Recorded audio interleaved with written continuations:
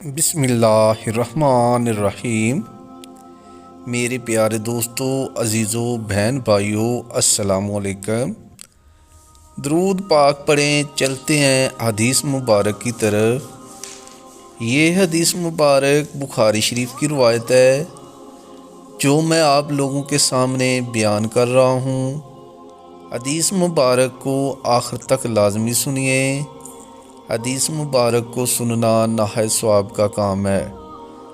شاید اس حدیث سے آپ کی زندگی بدل جائے۔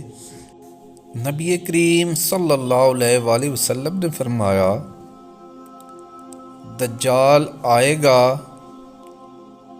اور مدینہ کے ایک کنارے قیام کرے گا، پھر مدینہ 3 مرتبہ کانپے گا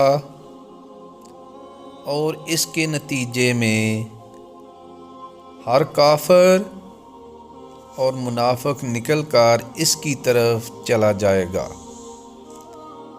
میرے پیارے دوستو، اگر آپ حدیث مبارک سننا پسند کرتے ہیں تو اس طرح کی مزید حدیث کے لیے ہمارے چینل کو سبسکرائب کر لیں۔